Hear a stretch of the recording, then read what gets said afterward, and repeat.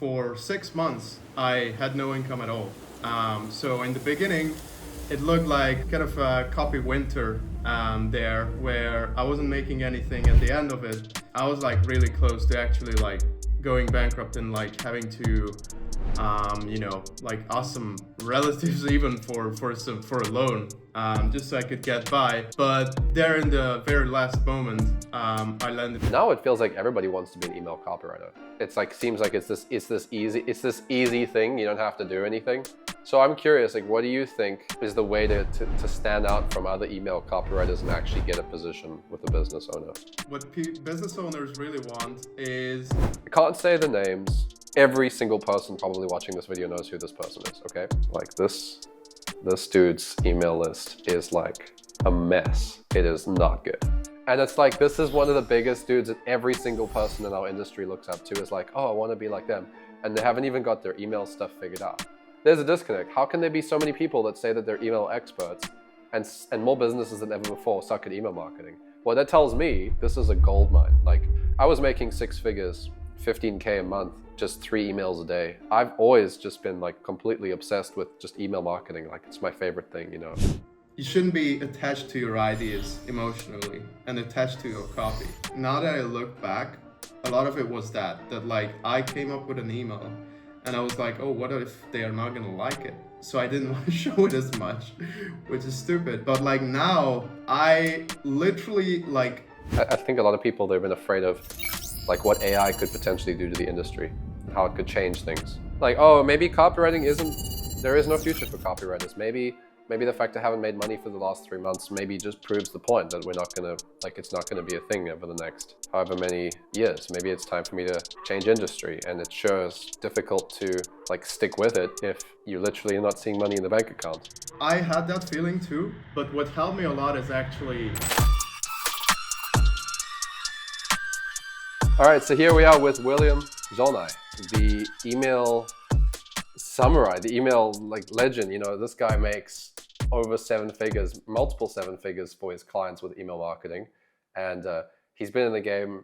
He's been in the game for quite a while, and he's really good at what he does. And I'm really excited to have him here today because we're going to be talking a lot about like email marketing, best practices, and like also a lot about just how to manage yourself as an email copywriter and a freelancer. Because when we first started working together, you were struggling, and now you're doing now you're crushing it, you know. Yeah.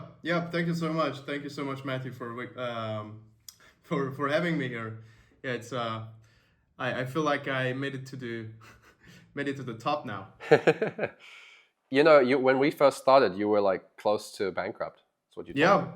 Yeah. So that's when, I really wanted to make the transition from just a copywriter who was working in-house with one client, really not making that much, kind of dependent on what that company wanted and how it was going, to truly becoming a freelancer and moving towards just doing email marketing and being really good at that, for multiple clients. So that's when I left that in-house gig, and for 6 months I had no income at all.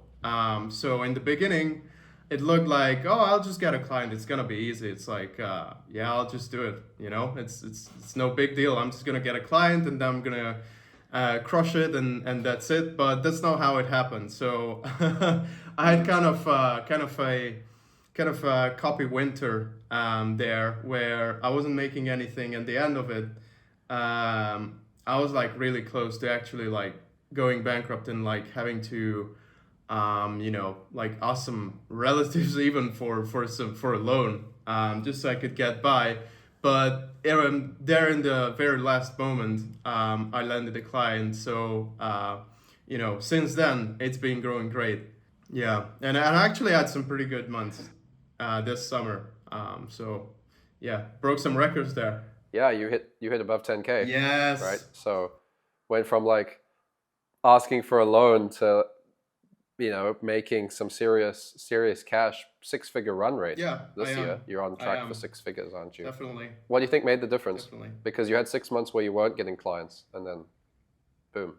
Like what do you think was the thing? It's definitely just taking a lot of action consistently, focusing on my branding and also doing cold outreach consistently. That's kind of what made the difference. Like it's not like there was some big discovery that like I discovered this one secret that that changed everything. No, it's not what happened. It's just like I joined the dojo. I obviously learned a lot from you, and I learned this is how we actually do cold outreach here. This is how we reach out and emails to people, and this is how we grow a brand. I just started implementing that, and it didn't like come immediately, which I think it's also because it was such a time of the year that when I started really working on this stuff and started working on getting clients, it was the end of the month, end of the year, and people were just focused on their Black Friday promos. They weren't like hiring as much, right? But through that consistent implementation, eventually things started working. And I think, the biggest thing that changed for me was like applying myself consistently. Um, and that's, eventually you get the results. Yeah. I think it's difficult when you're not winning to be consistent because you have to still be able to, push yourself even when you're not seeing anything on the horizon. And it can be scary. I think a lot of people, they've been afraid of like what AI could potentially do to the industry and how it could change things. Yeah.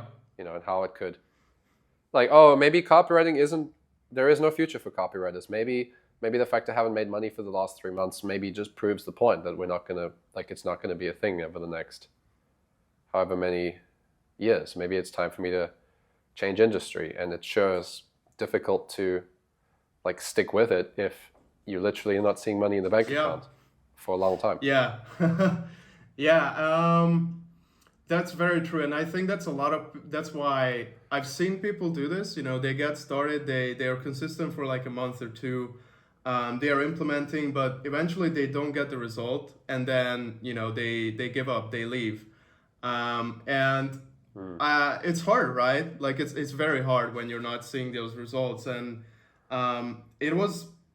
I had that feeling too, like just that frustration of consistently like applying yourself and thinking that you're probably on the right track, but you don't really know because you're just not seeing the results yet. But what helped me a lot is actually it's having that network and community inside Dojo, seeing other copywriters, other email marketers doing the same stuff that I was doing and succeeding with it. And so from the beginning, even before we started working together, what really, moved me towards this path was another mastermind. I saw a copywriter who went from, in-house agency job to working more in email marketing, and then he became a freelancer and like really crushed it with email. And so it was kind of one of those moments of where you think like this guy was at the same spot as I was, and if he could do it, like why can I do it? And that's kind of what I told myself, what I kept telling myself, that like there's people doing it. They are in the they're not that much more special than I am. Why can I do it? So I'm gonna do it, and I'm gonna prove that. And even if it doesn't happen instantly, you kind of have to keep that belief and keep that faith in yourself, because nobody else is gonna have that. Nobody else is gonna have that level of faith in you that you can have in yourself, and you have to have in yourself as an entrepreneur. Because that's the thing I see with all of the successful entrepreneurs is they just know that they are gonna figure it out eventually. And that's kind of what I tried to focus on that period. So you didn't feel threatened by this whole idea that AI could be replacing copywriters? That didn't No. seem to concern you? No, I mean, look, like I'm still not threatened by it. And I think when this whole AI thing came out and ChatGPT came out and everybody was talking about it, a wave of AI hype in the copywriting community. And what I saw is that, I actually started getting AI emails in my inbox because, you have the swipe inbox where you subscribe to like 200 lists. You read it sometimes for inspiration. And so I did that, and I started like getting emails that were clearly ChatGPT. Like, you know how ChatGPT talks. It's like, this is not just an opportunity. This is a life changer. Like these kinds of sentences. Yeah, yeah. And it starts with, "Hey, first name. I hope you're doing well." Of always. Maybe it's better than that these days. but a year ago it was really clear who was using ChatGPT to write their emails. And the interesting thing is they're not doing it anymore. I don't get as many of these. Like I still get some, but they're not doing not doing it that much anymore. And I think,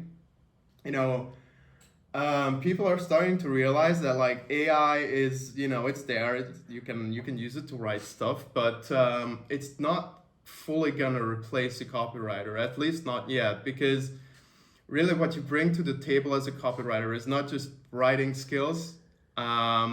And especially as an email marketer, right? Because you're not just a copywriter, you're also a strategist.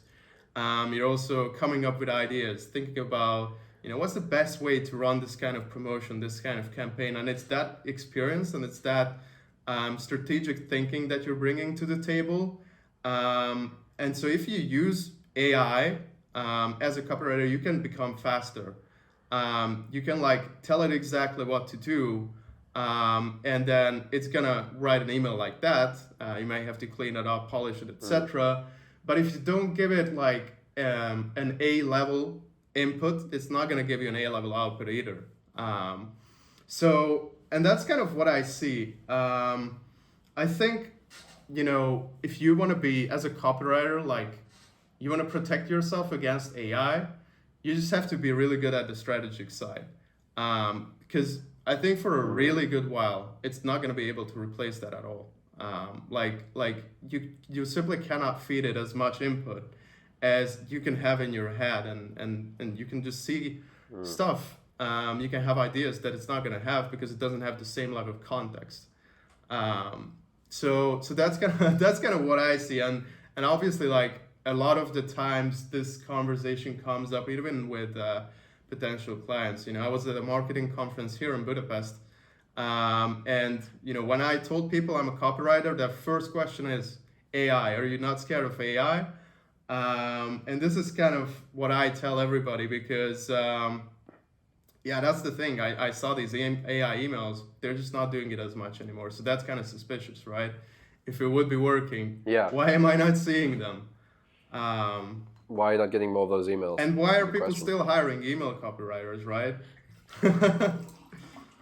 Because they really are. Yeah, there's actually a lot more positions these days for email copywriters than even before. Mm-hmm. Like in the past, it was like a direct, we want a direct response copywriter. Yeah, who does everything. And now it's like, no, we want an email copywriter. Oh yeah. Like I remember when I got started, they were like, we want a direct response copywriter, and then they'd like list like write ads, write emails, write landing pages, write sales pages, write webinars. But now it's like, no, they're actually just happy with one person to do email. And it just goes to show that like a lot of these businesses, they actually have a demand for somebody full-time just for email marketing. Or like, maybe not full-time, but like completely dedicated to that channel, if you could call it a channel, And it's like, that's interesting to me. Yeah. Because it's actually been a lot. It's 2022, I would say, like I noticed a lot more. 2021, 2022, it started to become like a real thing where it was like, writing emails on retainer is like a big thing that a lot of businesses need. I didn't see it it obviously was there, but I didn't see it as much before that. And now it feels like everybody wants to be an email copywriter. Yeah. It's like, seems like it's this easy thing. You don't have to do anything. So I'm curious, like, what do you think is the way to stand out from other email copywriters and actually get a position with a business owner? Oh, that's a really good question. Because I agree. I think there's a lot of email copywriters out there, and there's a lot of people wanting to become an email copywriter. And it's pretty clear why. I mean, it's just it's a very straight sell for a business, right? Like you have a working business. I can spot some holes in how you retain customers, and how you nurture them, and then you can just say that you're gonna make them more, and you can, if you really do spot those holes, then you can be pretty confident that you're gonna follow through. Um, and there's a lot of people crushing it with email too, right? You see them all the time on Facebook, or in all kinds of communities. You see the email marketers and they're crushing it. And so I get why, this is why I jumped in on it, right? Like I saw people crushing it and I'm like, that's the game, that's how you take it to the next level. You do email. Yeah. And I think for this reason, what business owners really want is experience. I mean, that was always my selling point. Is even when I was writing as a full-time copywriter, I wrote a lot of emails, and I ran. There was this campaign, which is like the first big campaign to my name, where I ran everything. Like it wasn't just email. It was mainly an email campaign for Black Friday, but I also wrote a webinar script for it and like a VSL, not a VSL, but a text sales letter, which was like 20K words long, so it was a pretty long one. And the whole thing got 100K in sales. And so that was my first big campaign. And ever since, I used that for credibility. And so that helped a lot. And I guess, if it depends on really where the copywriter is. Because if they are working, full time for someone, or maybe they are at an agency already, that's a good way to get some experience and get some results to your name, right? I think that's the main differentiator, and what business owners look for when hiring a copywriter is do you have results to your name? Do you have experience? Like, can you actually do this? Because it's one thing to just hire someone and pay them 3K, 5K, but like then they're actually gonna send an email to 20,000 people on your list, right? So there are some consequences with that if they suck, or if they spam people. So I think they really care about that, and I think experience, if you can get it. If not, then maybe I think just well. Not sure. Yeah, that's how I would do it. But I guess this is the way I did it because I already had that experience. But if I was starting now, then maybe I would start with some free samples or something like that. I think people underestimate how much value those leads are to a business. They think that like an email is like this free sort of, oh, it's free leads, like I just run some emails, make some money. That's how the gurus position it, But if you really think about it, high quality email leads, they're worth millions of dollars because those businesses spent millions on Facebook to get those leads. And it actually, today, at least today, it's like so much more fragile than in 5 years ago. Like 5 years ago, you could really make a couple of big mistakes with a list.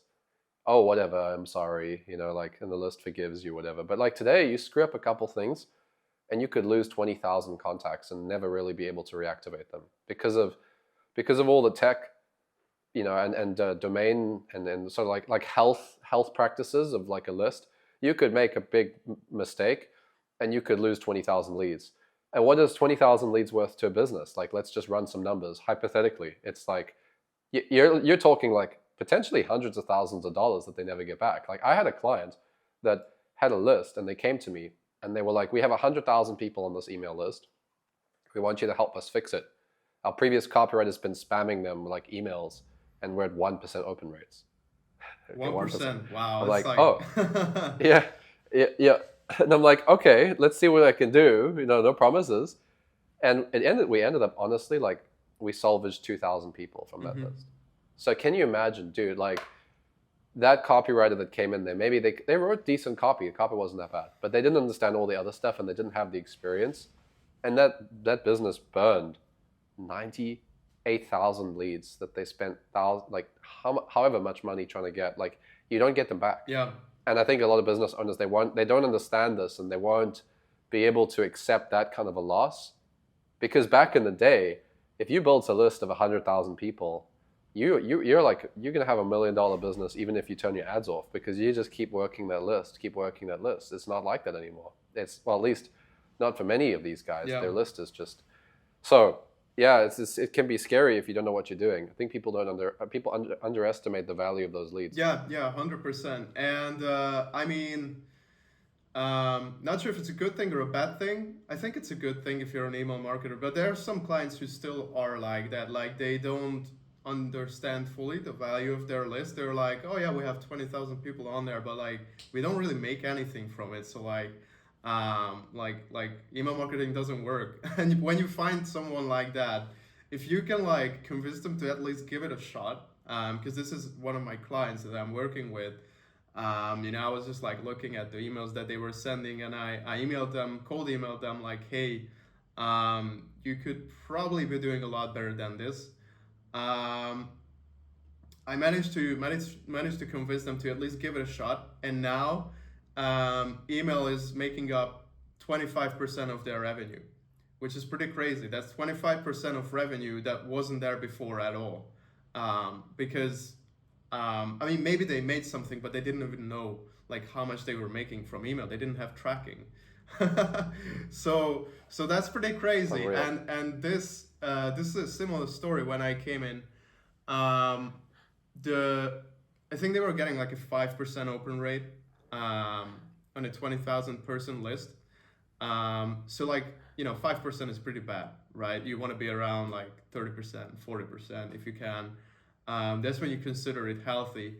And it was not super hard to fix. You just had to know the right steps, and that's where Dojo really helped, because like from there I got to know the people who knew how to do this stuff, and we talked about it. They gave me some tips, and with the UYB secret that you taught me, which is use your brain, plus these tips from people in Dojo, I was able to bring that back to, I think now we have, like 40-50% open rates, and we're selling to 18,000 people. Wow.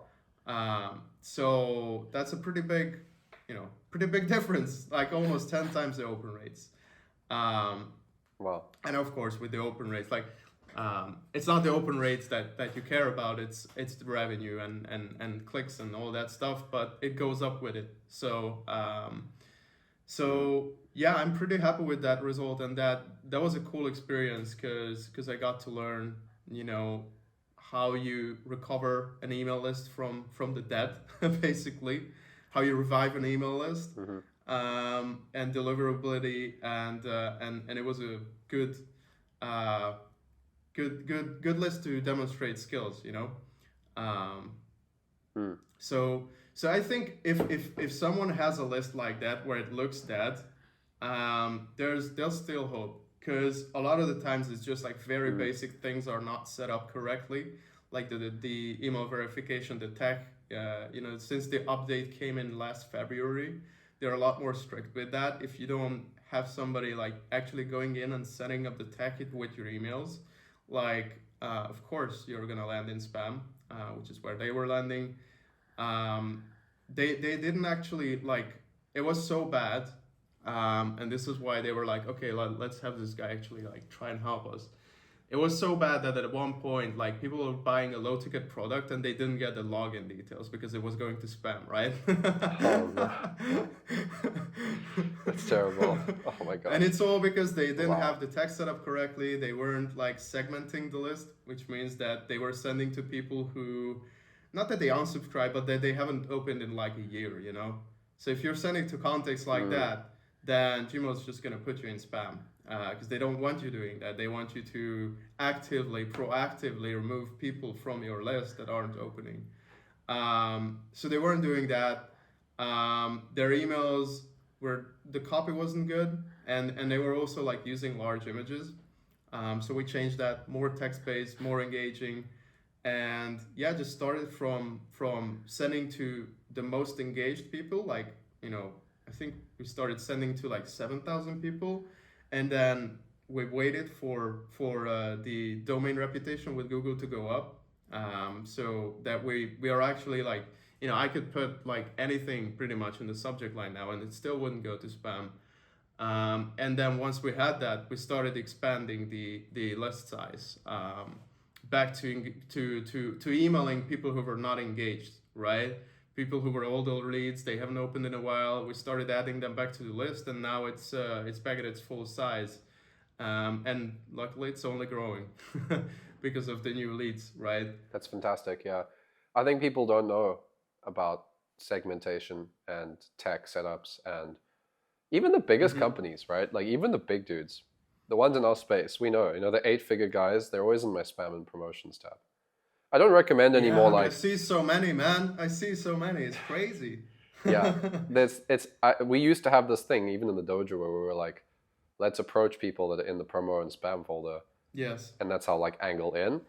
But it's crazy because even that angle to approach businesses is not working as well anymore. And like, ironically, right? Like, okay, the angle doesn't even work. When you approach the 8-figure guy and you're like, hey, you're in the promo tab, I'll fix that, I'll get you out. Or hey, you're in spam. You'd expect them to be responsive to that because it's actually like a burning issue. But the fact that they don't even respond to that kind of cold outreach, yeah. What does that tell me? Tells me that they don't even realize how big of an issue that it really is. Otherwise, they would at least do something about it, and they don't.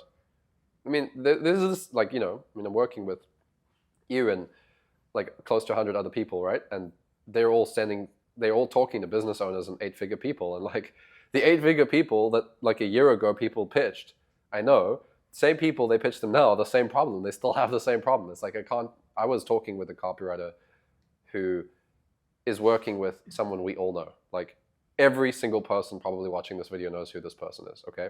Like I can't say the names, but he's working with a big business, like a personal brand that everyone knows, okay? And so we got on a one-on-one and he tells me like, Matt, like this dude's email list is like a mess. It is not good. It's like within a week, I can make them serious money. Like that's how bad it is. And it's like, this is one of the biggest dudes that every single person in our industry looks up to, is like, oh, I want to be like them. And they haven't even got their email stuff figured out. So for me, I'm like, the conversation we're having, it's like very interesting because it's like, there are more copywriters than ever before that say that they want to be an email copywriter or say already that they're an email copywriter. And there's more businesses than ever before that suck at making money from their email list. So there's a disconnect.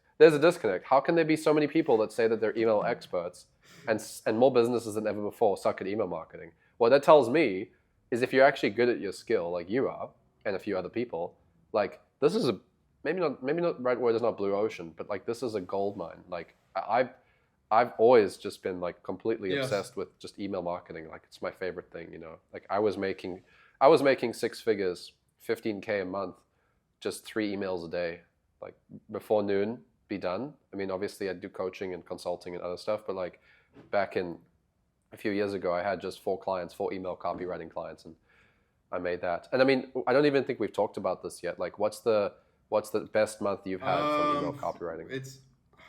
I would say like let's say 16K. Maybe it was 18K because there was one there was a small one-off gig too. So that's like and that like here's the crazy part. That was June. No, it was June, and in December last year, that's when I was about to go bankrupt. Like literally buying Christmas presents for family was like. Like it was a big expense, and I was really, I was deep into that hole. But 6 months later, everything changed, and I think that's the way it had to be, because like that experience of like going from zero, like literal zero, to 16K a month was like quite transforming. I had to grow into it as a person. I had to grow the work ethic. To be able to like just fulfill that many clients, and just seeing that how much things can change when you follow the right steps, have the community supporting you, behind you, when you have the right knowledge and you implement, like things can really change. And that was quite transforming because I'm not sure if I've told you about this, but like I've been trying to start an online business for a while, even before copywriting. um, I started like my first web design agency at like 17 years old. But because I never really had like mentors, or I never really joined communities, I was just like, I was just in the dark, and I was trying to figure it out on my own, but it really didn't work. It really didn't work. And it was, in Dojo when I really started networking with peers and following proven systems, and really applying myself, where I saw that, like, 6 months, everything changes. Everything changes. Um, and especially like, maybe 16K is not that much if you're living in the US, but because I'm living in Budapest, Europe, 16K is like, that's a lot here. so, so it was good. It was good. That was my best month, and now I'm back at around 9K, with less clients because, one of the clients, um, their cold traffic got shut down. Let's just put it that way, and they had to scale down and everything. Another client, there was some drama with the founders. Let's just say that, and they stopped the company. So that's also interesting because just as quick as you can get lucky, you can also get unlucky, and that's kind of why it paid off. That I wanted to have stability. I wanted to have a lot of work, like more than I know what to deal with, because I knew that just like when I had 0 clients for 6 months, that could happen, theoretically, and you can lose a client too, right, even if it's outside of your control. So it's better to just save up, like have more clients than you need, and and then you have some stability. I think that's the way to have some level of stability as a freelancer, because like a lot of people say that, like, oh, entrepreneurship, like it's not stable, like even if it's working now, maybe it's not going to work a year later. And one thing I say to that is true, but I don't care. Like I'm comfortable taking that risk, and I would rather take that risk than be stuck in a 9 to 5, right, and be kept with my income. So that's one thing. But the other thing is that you can just like stack this stuff. Like you can stack more clients, and you can stack more savings, and then you have a runway. And so then you actually have a pretty good safety net. So that's kind of been that's the entire journey. The last 9 months. And now working with these clients, looking at some more. Help them with their email marketing, and yeah, it's been a fun ride. The last year was really life-changing. Yeah, it's crazy that it can be done so quickly, but here you are. How are you going to keep your advantage and stay ahead of the curve over the next few years? That's a good question. Yeah, I mean, I think it's really about the strategy stuff. Like, just like I said with AI, I mean, it's not going to replace copywriters, but it's here, and it's going to get better. And I feel like it's going to be less as much focus on like the specific words you write, and more focused around the strategy and the idea that you have behind them. And that's where I really want to put my focus towards. And also one big advantage that I have, and I think like all good email marketers have, it's not just me, right? Is like having that specific email knowledge, because I see it with a lot of businesses where you said these businesses are landing in your spam inbox, and they're pretty big businesses. Well, having worked with a couple of these companies, I know that their like team setup looks like they have a tech person who's doing all their tech, and they have a copywriter who's doing all their copy. And that copywriter does their ads, their sales pages, their emails, everything, right? But there's not a person who also does the tech of email and like the writing of email. So there's not like a specific email person. And because the tech guy is also doing like, all their go high levels, is building the pages, they're like they're doing the integrations and everything. They don't have that specific knowledge of like how do you actually like not land an email in spam. And maybe some of these tech guys, they do their research and it works. I've seen that too. That's a great tech guy if you have one like that. But a lot of the times there's this gap. There's this gap between there's this gap in the business where it's kind of like there's room for an email marketer, because nobody's really like paying attention to that stuff and getting it done. Because and this is something that I also like understand why businesses are like this. When you're inside of especially in the info marketing space. But I think the same is true for ecom. When you see from inside how a business like this works, they're so focused on bringing in new customers, bringing in new leads, because that's their bread and butter. That's what pays the bills. They need that, and so everybody's focused on that. They're focused on the product, but nobody's really focused on email. Because it might bring in like 20, 25, 30% of the revenue, but it's not going to double the business. Like, let's face it, it's not going to double it. So they're focused on that main leverage and what runs the business, but they're not focused on the back end as much. And that's where you can help as an email marketer, because you have that entire focus on just that one thing, and you're not like distracted by the ads or anything. You just know that specific area really, really well. And I think that's your advantage. And pretty sure that's going to stay like that for a while. That's going to stay like that for a while. And then, I've seen email marketers become CMOs. That's a pretty cool direction to go in. They become consultants. They really focus on the marketing side more. So I think that's also kind of a way to scale up with making more from less clients. That's kind of a potential way that I see, but I'm not sure yet. I'm just really enjoying email right now. It's what I do. It's what it's what I'm good at, and it's what I enjoy the most, honestly. Because emails are really fun to write too. Yeah, I made the same sort of transition from just being the email copywriter to like the email dude. The email. The email dude, yeah. The email guy, I just do everything. Businesses need an email dude. Yeah, email dude. I like that. We should make a product. Yeah. How to go from copywriter to email dude in 30 days, less. But it's true. I often say this way. Like I call myself the email guy, for clients.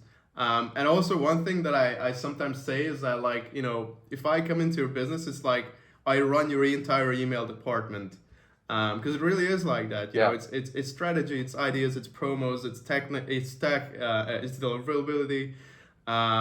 It's kind of its own department, but you can still do it as a freelancer. It's a complete department of its own. Yeah. You can, and the cool thing is you can do it as one person. Yes. Even though they don't know that, they don't know that it's. Well, I mean, they kind of do, but like I like to compare email with sales. Yeah. The sales team. Like if we compare the two, right? So if you got a sales team, 10 people, the business generates $1 million a month. Let's use clean numbers, nice big ones. $1 million a month. Sales team generates $1 million a month. Let's just say that they get $150,000 commission. Let's just say 15%. I don't know, or 10%, but let's just say because there's a couple other details, they make $150K a month. So you're paying 15% of your entire business to the sales team, 150K, right? What about email? What's email's contribution to the business? Okay, let's say $1 million a month business. I say I've seen pretty consistently like 20% of the revenue comes from email, around there.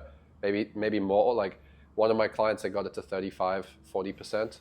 Nice. When they weren't doing so well. That's the thing. They weren't doing as well. That's why I carried them for a while.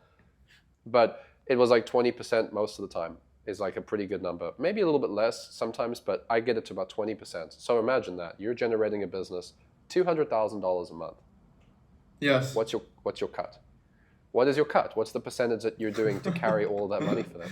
You're taking $5,000. Yeah.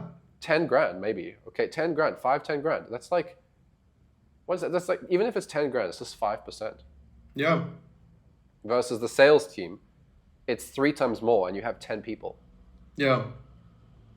Like, to me, it's just such a crazy thing. I can generate a business 20%, and it's almost all profit too, because it's like email's like extra money, you know? Like, most of these businesses, they build their business so that they don't need email. Yeah. You can almost think of it as like, they're at $1 million a month, then I join the team and I take them from $1 million a month to 1.25. I give them an extra $250,000 every month. Yeah. Like, from thin air with email. And I'm only asking for 5 to 10 grand. Yeah, yeah. It's like, and it's leads that they already paid to acquire, right? Because a lot of these businesses run on cold traffic. And so it's not just that, they make $1 million a month and they pay the salespeople 150,000. It's also that maybe they pay Meta or Google, wherever they are advertising. Maybe they pay them. I mean, it depends on the business model too. But maybe they pay them like $500,000. Like with ad costs these days, there's businesses that don't even break even on the front end, right? And I think there's many of them. They just break even and make a profit on the back end. So the way when they sell like a mid-ticket product, they're actually losing money to acquire a customer that they can upsell. And so I think for this reason, it makes a big difference if you can just make more for them on the back end, help actually get that number, optimize that number for them and make it better, because the email sales that you're getting them, they don't have to pay again for that lead. It's already in the system. You just have to actually send an email, it's not getting one more click on Facebook where you're always paying for it. So I think that's huge, and it's kind of an unfair advantage for these businesses too. One of my clients worked a lot on optimizing their funnel this year, and we worked together on it because it was a lot of optimization. It was optimizing the front end of the funnel and all that stuff, and they changed the offer too. They changed deliverables so that it's a better offer now. So it was happening across all fronts, but a big part of it was optimizing the email flows after as well. And because those small differences add up, the new front end, the new offer, the better emails on the back end, all this testing, they got it to a number where they could just scale up the ad spend a lot more because they're breaking even a lot better, and that's huge. You can help a lot with email to achieve that, because it's not just I bring in an extra 20%. That extra 20%, may be the part that they are missing to double their business, because they are scaling up the ad spend. So it becomes exponential after a while. And this, of course, depends on the business. It depends on the traffic they're running, but there's a lot of potential. If I was a competitor to that business and I wasn't sending emails, I mean, they have a much bigger advantage because they're doing that. Yeah. And there's so much you can test as well over email that you can't test so well over an ad maybe. Yes. Because with an ad, it's like with an ad, you have to put a lot of money into it before you get 100,000 people that see it, whereas with an email, I can send an email today. Yeah, get data and on tomorrow it. I've got a reaction from 100. I got 100,000 people responded to me already. So the case for having an email dude in your business is you make them 20% revenue from customers they've already paid for, or prospects they've already paid for. You're not asking for crazy money. You're asking for 5 to 10K, which is significantly less than the sales team. You're one person. You're much easier to talk to. You run the entire department, so it's one person. Whereas the sales team, it's you got to talk with 10 different people. How many of the businesses that you've worked with, I've also had this. It's they are always on sales calls. They're always building their front end and talking to the sales team. That's where they spend all their time. And it's so true, here man. I am just making them.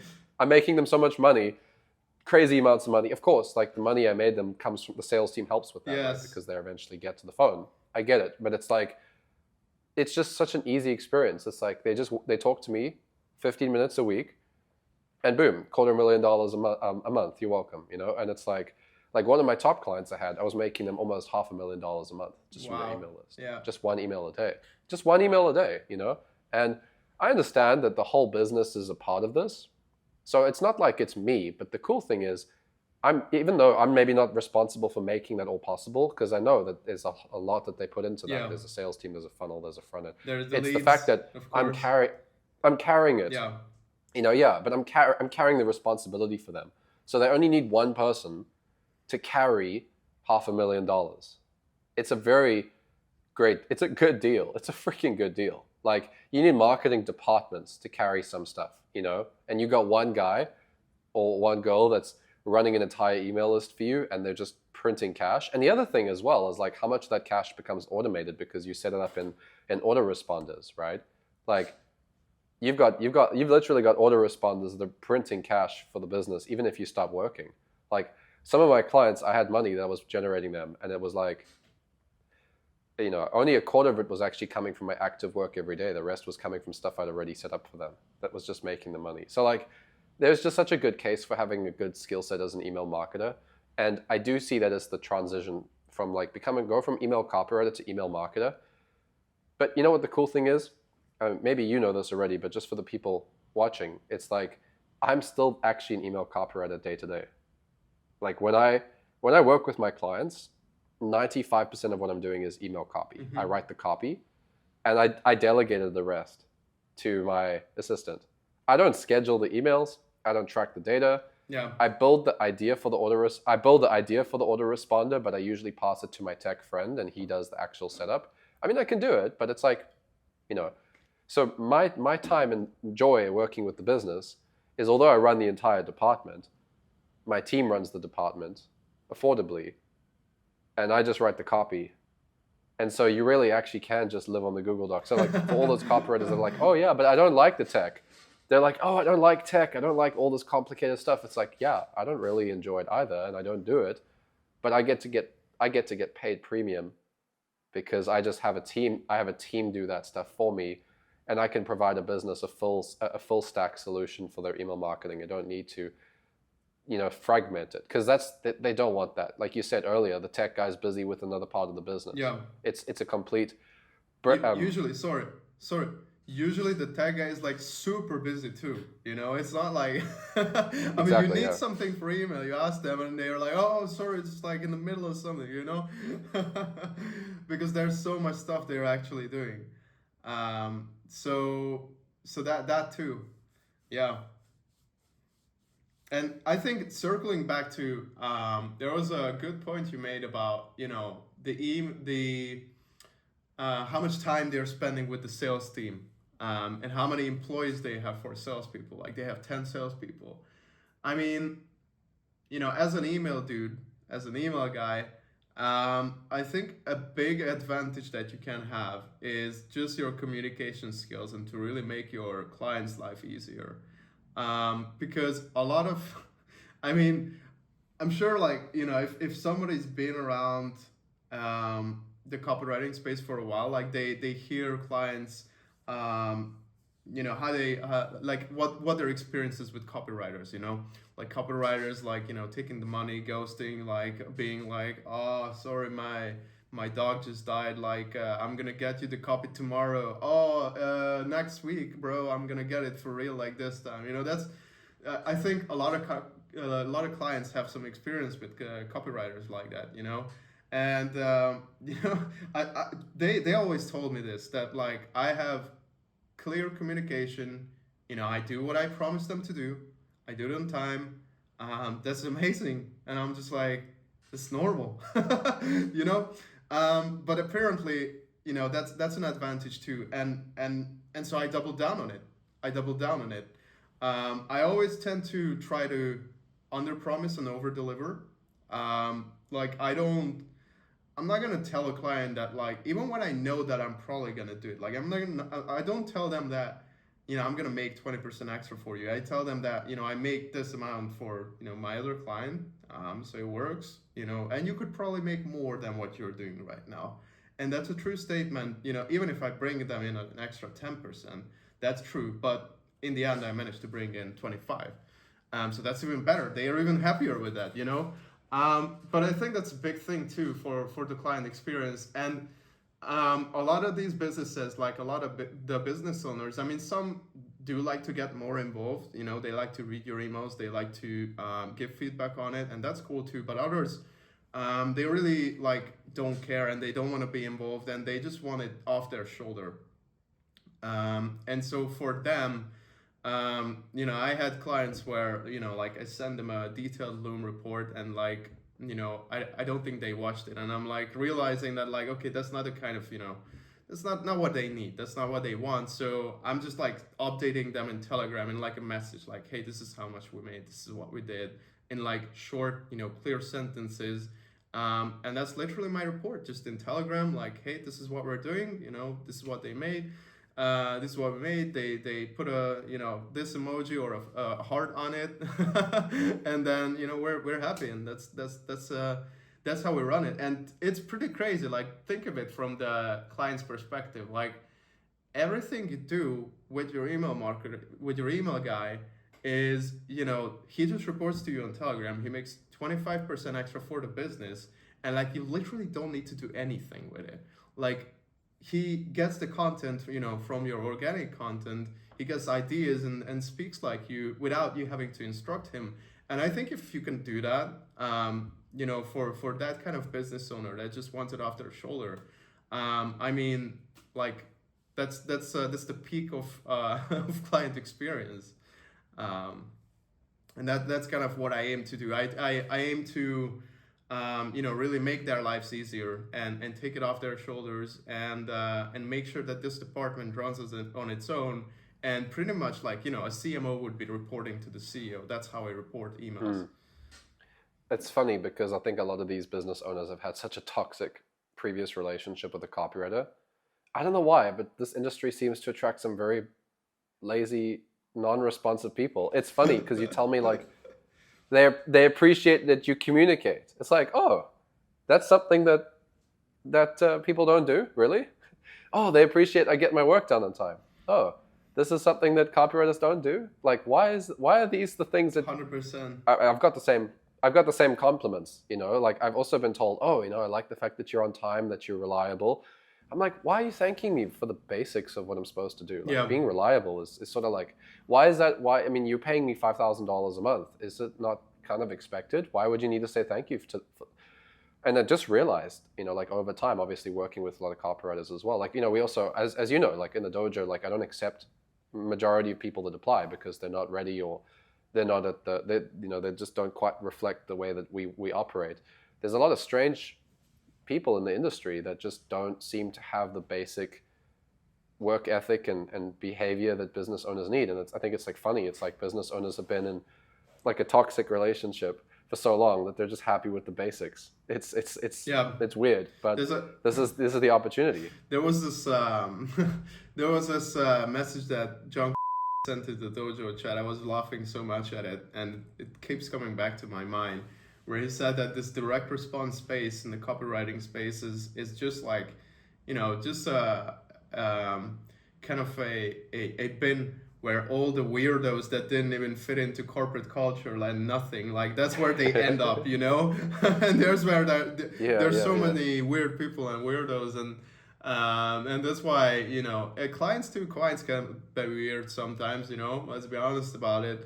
That's why it's like this, and I think, you know, good people want to work with good people, and they really value that, and I value that, you know, with a client as well.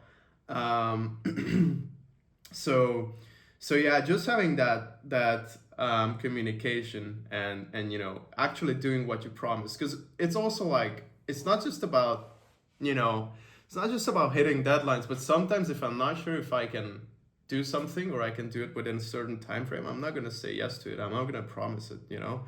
I'm gonna say something which I can hold myself to, and I think a lot of that's if you're a beginner, and there's a certain, you know, personality type that becomes a copywriter. That's what I see. It's like the more introverted person who's like, you know, they don't want to become a high ticket closer. They just want to, like, you know, hide away in their room and, like, you know, write write words in a Google Doc.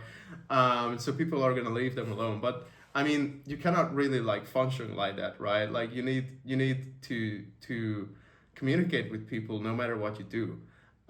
So I think if you're a beginner, there's a certain level of imposter syndrome too, and I had that, where I was like literally like shy, like I was, I had to send a message and I was like worried what the client's gonna say. So like a lot of the times, I thought I'm just like, I'm not gonna send as many messages, and like, I didn't communicate as much as I would have needed to, and that's something I see now. But like every time I didn't communicate something, that always just caused a bigger issue down the line. So I learned that, like that's so stupid. Like you have to communicate. Yeah. And yeah, it's kind of that weird personality type that when you're like super introverted, when you're a little bit shy, you're not gonna communicate as much as you need to, and really like it's not just that you communicate, it's also you over communicate. You over communicate without being too much. Like I send my clients messages that they don't need to reply to. I just tell them like, this is what we did. Like this is what we're gonna send next week. Like Monday, and there's like one line of like what the email is about. And I give them communication like that. Like they don't need to reply to it, and I like if they don't say anything, like if they don't reply to like this is a weekly breakdown of what we're sending. If they don't reply to that, I'm still gonna send it next week. It's not like I'm just gonna tell myself, oh, we don't need that, because they're not gonna specifically ask for it, but I'm sure they do value it. And there's gonna be a time where like you come up with an idea that they don't like. Okay, like let's talk about it before we send it. And that's the point of communication. Like even if and you shouldn't be. I made a Facebook post about this that you shouldn't be attached to your ideas emotionally and attached to your copy.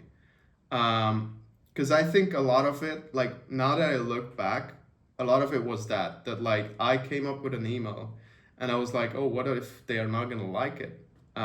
So I didn't want to show it as much, which is stupid. But like now, I literally like, when we're testing a lot of different email sequences with one client, I don't care anymore. Like I'm gonna write an entire email sequence. We might not even run it ever, but I'm gonna write it ahead of time just so that when we get to that call, I'm like, oh, I already did it for you.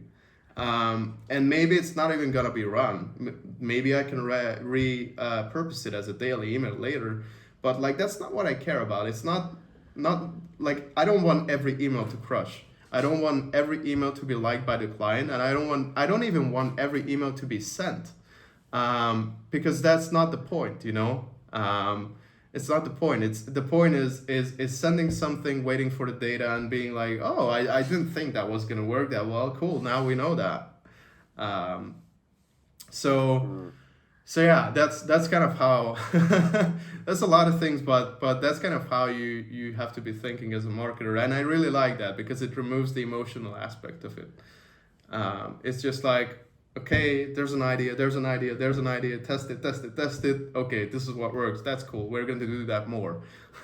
Yeah, I'd love to know more about that. Like, what is the process for the testing? Like, do you mean subject lines, or do you mean like full on? Like, how do you go about testing something in email marketing to see if it's worth maybe putting into an automation, or maybe repurposing for Facebook, or like what does the process of testing look like? I mean, there's not like I don't have a like a fixed process for testing, because I think in different scenarios you need different things, and with this client where we test the most automation, sometimes the client has like an idea where they saw a cool sequence, or they want to test something, and then that's just what we test. And we're kind of constantly evolving that testing process too.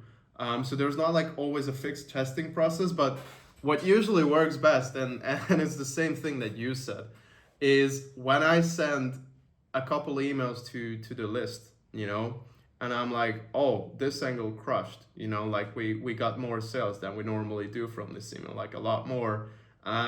Let's put it in the automation, you know and then it's no surprise that works there as well.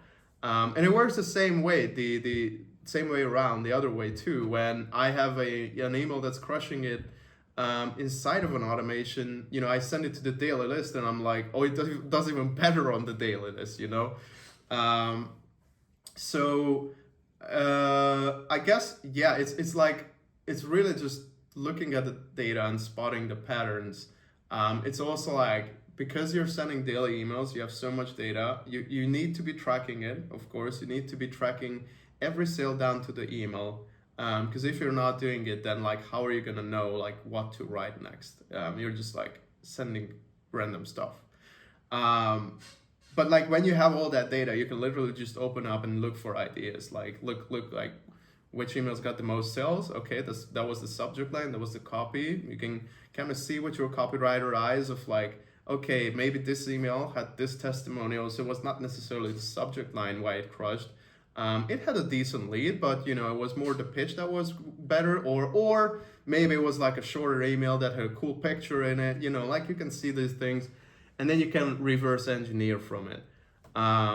So it's like, really, you have to use your brain, and that's that's how you get the best emails. It's based on the data and based on what's been working for that specific list.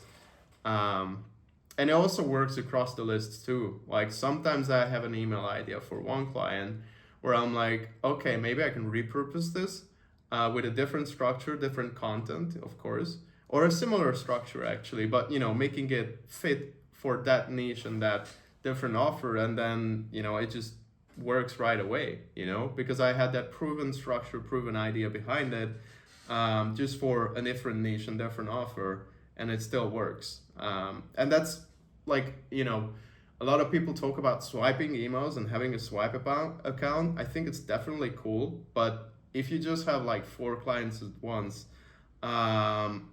I did this so much, man. Like, I was just like, I found one winner email, and then everybody had a winner email, Yeah, same. Yeah, I because still do that from emails from like years ago. Like, I have that client from like that I was generating like $500,000 a month. Like, there'll be times where, because I still write email copy for clients, like right now, right now, like today I'm writing an email for a client. I'm still in the game. I'll take an email, maybe not today, but I'll take an email from the client I made $500,000, like a good email I wrote that I know worked in 2020, and I'll use it. Like, well, I won't write the exact same thing. Obviously, I'll tweak it and change it and make the lead different and make it like useful for today. But the general sales message is what I usually swipe. I like sales messages. When I swipe, I usually like that because I can always change the lead. I think leads are very easy to change. The hook can be very easy to change too. But a general sales message, like for example, right, the AI angle of like, look, this many jobs have been replaced recently, or this terrible thing happened to people because of AI. Now, I don't know your situation or what's going to happen to you because I'm not in your shoes. But what if something does happen? Are you ready? Are you prepared? Do you know how you're going to take care of your family? I've used that angle like probably like 40 times in some different format, like new AI news followed by that sort of structure, and then followed by, well, here's one way you can get ahead and protect yourself. In fact, maybe even use AI to actually help you make money going forward. And here's what it is. Click here, click here. Always crushes, always crushes. And I think that that's something people don't appreciate enough, like about how powerful the email marketing is that we do, is like, as you start to build up an archive of successful emails and you've got that data, like you mentioned, you're really going to get to a point where people can't really compete with you, because most of the other copywriters, let's say, that start today, their reference point is other average copy that's on average email lists. Because like, as we discussed, right, like most of these guys don't have a very dialed in email list. So like most copywriters that are like trying to write email copy, their reference is like other average copy that's in spam, or promo. So they're like, yeah. I think they don't even have that data many times. No, they don't. They have click rates, cool, because it's in the email software. They have open rates, cool, it's in the email software. But like tracking down sales to an email, a lot of people don't have that because it requires a bit of extra work to set up, but it's really worth it. Like, Every client 100% is with going it. to be different. How you can set that up. I like to figure it out myself because I'm more of a techie person. But if you can't, then definitely have someone help you with that, because that data is gold. That data is gold. Yep. That's your advantage. And that's, like, I have a client where we have this data, like, I think more than a year back. And one of my strategies, I don't always follow it, but like, if I want to make sure that the daily emails are really consistent, and we're always bringing in the same income for them from email, and it's not going up and down because one week there's more value, one week there's more promo. Nowadays I'm more fine with that, but when I wanted it to be consistent, then I would literally just go back, look at the winning emails, look at the winning ideas, winning angles, and I would always recycle like 2 or 3 of them for a week. And so that way I always knew that we are going to have winning emails, because we were using concepts, not the same emails, but the same concepts that worked for Yeah. us in the past. And they work again. Of course, you cannot do that if you just send the same email a week ago or yesterday. Sure. But if you look like a few months back or a year back, those ideas are going to work in a different format. And now actually what I'm doing is like you're more kind of the promos and when I send more value content, it's kind of separated. So I break it down more in a period of a month. I like to do that. But you can also just send daily emails and no like direct promos. Like this, like no, like not like a direct offer email. Just always sending content and linking somewhere, and still make a lot for a client. So it's kind of a different strategy, but both work, and I like both. I like it too. I don't do like recently. I haven't been doing as many value emails for one of my clients, and I noticed that the engagement dropped a little bit. So it's like always very important to have that balance. And then there's like one copywriter I've been working with where his client's been like, we want a promotion like every single week. I think you were talking with me. You remember which copywriter? This poor dude gets like forced to go promotion after promotion. But I want to quickly circle back just for those listening and watching. It's like what we've been talking about, if you're not completely familiar with the lingo, is you have emails that you send to your entire database of contacts, right? That's like your daily broadcast email. And then you also have emails that you can pre-schedule or pre-set up that automatically get sent to new contacts that sign up to the email list, that subscribe to the email list, right? So what William and I do is the same strategy, is like we use both the different ways to do email marketing, and we get data, and then we use it on the other side. So when you're sending emails to the contacts that are already subscribed, you get a lot of data. But those emails, they crushed, they did so well. Why would you not also put that in an email autoresponder, which is like the one that's scheduled to send people that are new to the list, right? Mm-hmm. So new people that get on the list, they never saw those emails that did well. And a lot of copywriters, they forget about this. A lot of copywriters, they're like, oh, we're just going to keep promoting. It's like, yeah, but you wrote 10 emails last month that made more than the 50 emails that you sent the whole month. Those 10 made the most. Why would you not take those 10 and like everybody that subscribes in the future gets those 10 emails because they're like really good. They're going to win. And doing small stuff like that, I got one of my clients from like, I think they were making 15K a month. To our one month we made like 280 grand. And of course it's also because they were scaling their offer, but I made them like 270 grand or somewhere around there. And 80% of it was from taking the good stuff and setting it up permanently as an automatic sort of thing. Now, the follow-up question for you is, because a lot of people are going to ask this, they're going to say, okay, cool, I have the open rates, I have the click-through rates, I understand the strategy of taking the best stuff and reusing it, whether it's for the main list that you send emails to, like real time, or the list that you schedule send to that are like just joining the list. What about if I don't have that sales data, or what if the client doesn't provide me that sales data? Well, the question is, why doesn't the client provide you that sales data, right? Because you need to know that. You need to know that, like, if I had a client who didn't want to give me that sales data, I would convince them honestly, because like that's how the emails get better. That's how, that's how we know that it's working. Because it's one thing to get clicks, like I can write a very short email, just like very like a lot of clickbait. Like the title is just first name. You can easily first get a very name, high click you through know, and like literally just put like check this 2 arrows. It would get a crazy click rate, but would people buy from that? Not really, like you can make clicker emails which are like, this works if you have a VSL or a webinar on the other side where you're just teasing the content, you have an interesting thumbnail, and they click through. And if that VSL or webinar is good, then it will convert into sales. But if it's like a call booking funnel, then you really have to work harder. And also on the VSL funnels too, right? Because if you always just use curiosity, people are gonna get tired of it. People are gonna get sick, like literally frustrated with it. And so you kind of have to iterate between content and that. But the point is, not all emails that get clicks get sales, and so you need to know that to the best of your extent. And you can use different, like most clients have some sort of system where you can track it. It just needs to be set up.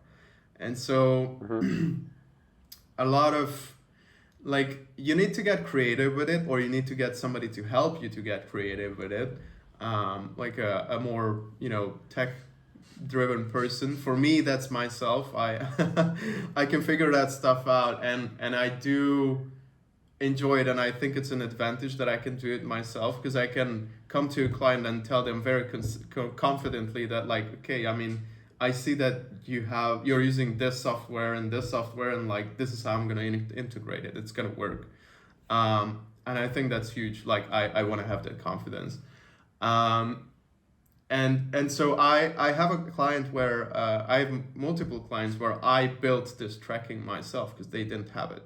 But I wanted it because not only did I want to,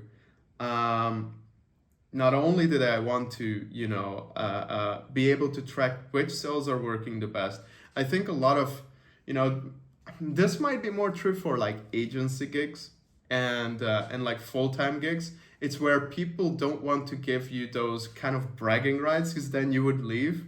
But then that's just like not a company you want to work with, in my opinion. Like, I mean, I get it if you're there, like I was there, like do it, get some experience, but like as soon as you can, like leave, like like that's not the kind of people that I want to be working with. But like, of course, it's one thing, you get the data on the emails, you know what's working. The other thing is you're gonna have bragging rights, which might not be useful tomorrow, it might not be useful the next week, but a year from now you'll look back when you're pitching a client and you're like, oh, I'm so glad we tracked those emails, and also showing it to the client, like, so powerful. Hey, I didn't just like write you 30 emails. I didn't just write, like, this is what we made. And then, their mind's like blown, like, oh, that's so good, because I mean, like, if as long as you're just writing emails and not tracking the results, you're really just a copywriter.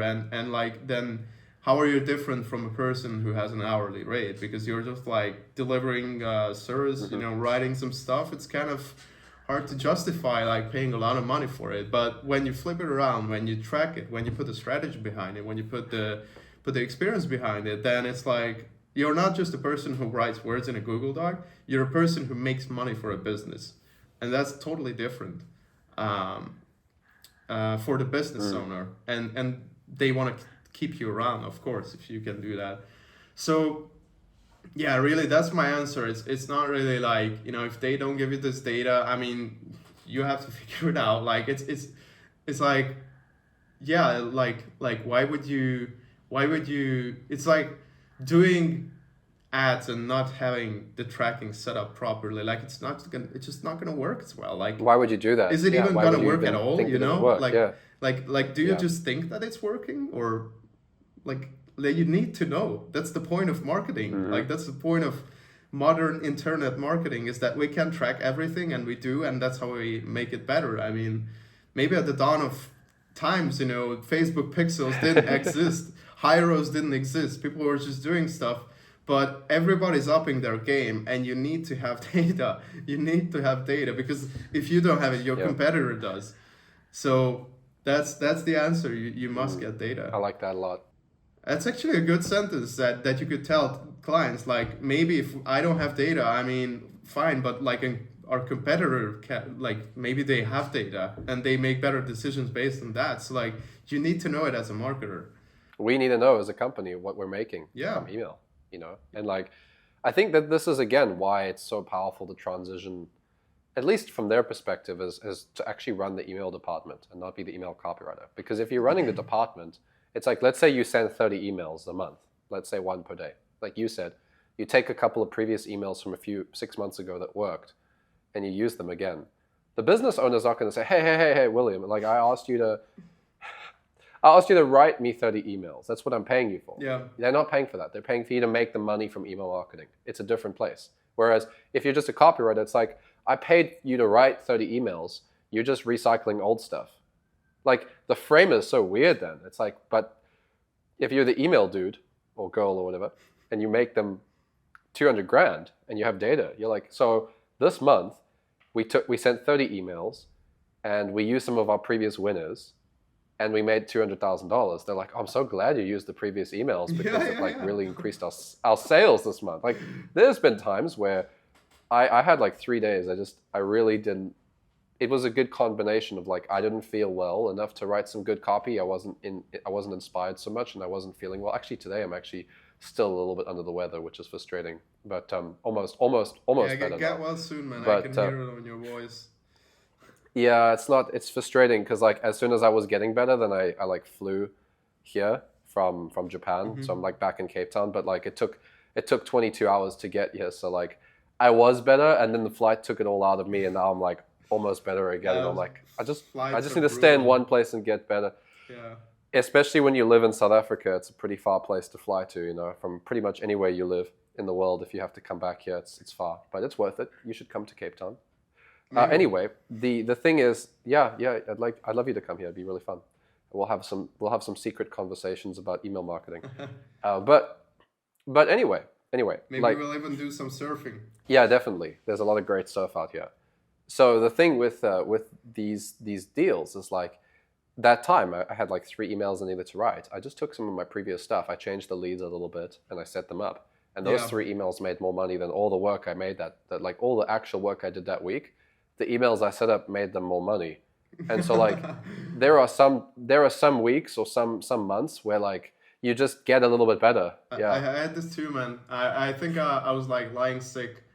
Like 38-degree fever. I had like terrible food poisoning, and those days I just like opened up the archive, opened up the data. Okay, which are the best emails from like 4 months ago? Scheduled them, and they worked. And like I reflect back to my copywriter days when I was writing full time for one company. When I was sick like this, I had to like let them know, and of course they were like fine with it, like they weren't bad people, but it kind of let's say we were working on a campaign, like we were working on launching a funnel, and a copywriter is a huge part of it, right? Like you need copy for a funnel to be able to launch. They need to record a video, they need to produce it, they need to build the pages around it. So if like the copywriter is late with something, then that really just screws up the process. And so that's what was there, back when I was sick, and I had to tell them like, dude, I mean, this day I'm not feeling good, like maybe tomorrow, because like I obviously had that responsibility that like, even if I'm sick, like if I can do it, I'm gonna do it, Sure. But these days, if you're an email marketer and I have a day where I'm sick or something happens and I can't write those emails, usually like these days I write a week or 2 ahead, so like that doesn't even matter. But when I didn't, and I just scheduled those old emails, it was crazy to me that like I didn't even have to like text the business owner of like, hey dude, I'm sick. Like I was like, do I tell them like I mean, I don't know. Like, it doesn't even matter. I just schedule the emails. We're still gonna get results. Like, if Might even make more money. yeah, You might yeah. even make more money. Like, Those. you I mean, don't- I've done that. I've made more money when I was sick Yeah. because I sent all those previous emails. Yeah, you don't even need to like let them know. It's just like, we got on a call and I was like, oh dude, I'm a little bit sick. Like, oh, get well soon, man. And like, it's not like you have this fixed workload every day, because you can schedule stuff around. And unless you're like launching a new funnel, which I mean, we still do that. But unless you're doing something like that, like, you're so flexible, man. You're so flexible. You can say, I'm gonna write everything for all my clients. That's what I did. I was traveling for 10 days straight. Funny enough, while I was breaking the 16 or 18K record, that's when in June, maybe it was July. I think it was July. Yeah. That's when I broke my record income, and I was actually like traveling for 10 days, like barely even working, because I did all the work in the first 2 weeks of the month. I mean, okay, it was a little bit brutal because for 2 weeks I was literally just working. But after that, the emails were all scheduled up. If a client had a request, I was like, okay, I had my laptop, like I worked an hour on it, but like, you can just schedule ahead and you're really free, man. Like, you're really freaking free. That's amazing. So that's like that's like a huge benefit of this business model, and I'm so grateful for to be able to do this, because like, even if you run your own offer, let's say you run your own offer, like, if you're the CEO and you drop out for like 2 weeks, you can expect the entire business to be upside down when you come back, because people have these requests and that request, and they weren't doing things the right way when you weren't there, and all this stuff. You kind of need to be there, but as an email marketer, I mean, still you need to like you need to be tracking stuff and measuring if everything is going out all right, but everything else you can schedule ahead. It's amazing. I love email marketing, man. Like, this is my thing. I fell in love with it. That's why it's the email dojo, right? Yeah. Because it's like everything that we're talking about today is my world. This is like and actually I don't really talk about the email dojo much in these interviews, but I mean, this is pretty much what we're talking about all the time in there. Like, all of us, we always like get email clients, deliver amazing results to them, get referrals. Like, this is our bread and butter, and it's like, this creates such a great lifestyle. And it's just, there's so few people that are actually good at this, even though there's so many people that say that they want to be email copywriters. There's so few that actually get this industry and understand what's required of them, that I still feel like it's the best opportunity. And it's like, it's AI proof, because AI is not going to run your email department. Yeah. It's a department, like, it's not going to run a department. It's a skill where you generate them so much money that the amount that you charge is insignificant. Your lifestyle is great. It's fun. I actually really enjoy it. Like, I almost, after this conversation, I want to go get another email client. I'm like, I actually want to go write more copy I want to write, I want to go to a coffee shop somewhere and go travel and just write some email copy. That's like my favorite thing to do.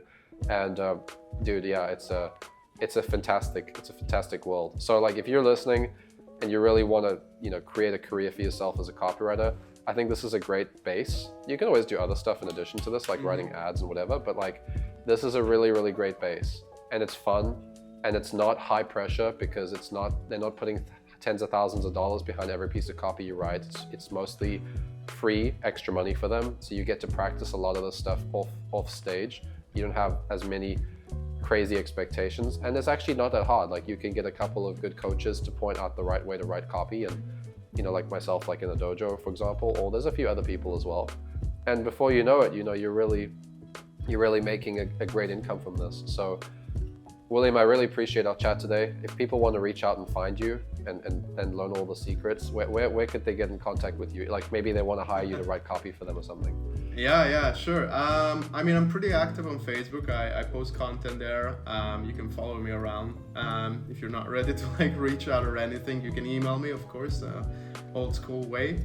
I'm actually in the process of building my website, so maybe by the time this video is up, it will be up. It will not be anything complicated, but it will have all my testimonials and some results on it. So I think that makes it a little bit more interesting that I can put those things in one platform.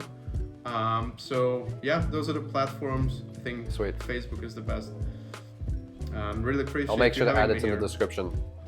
Yeah. Yeah, no, it's really been a pleasure. This is my favorite topic. I could go on for forever. We'll have to have another chat, which we will actually quite soon. If you're in Copy-based camp, you'll know that we'll have a private chat soon. So, okay, William, thanks so much for your time, man, and I'll see you in the dojo. Take care. Yeah. See you in the dojo, man. Take care.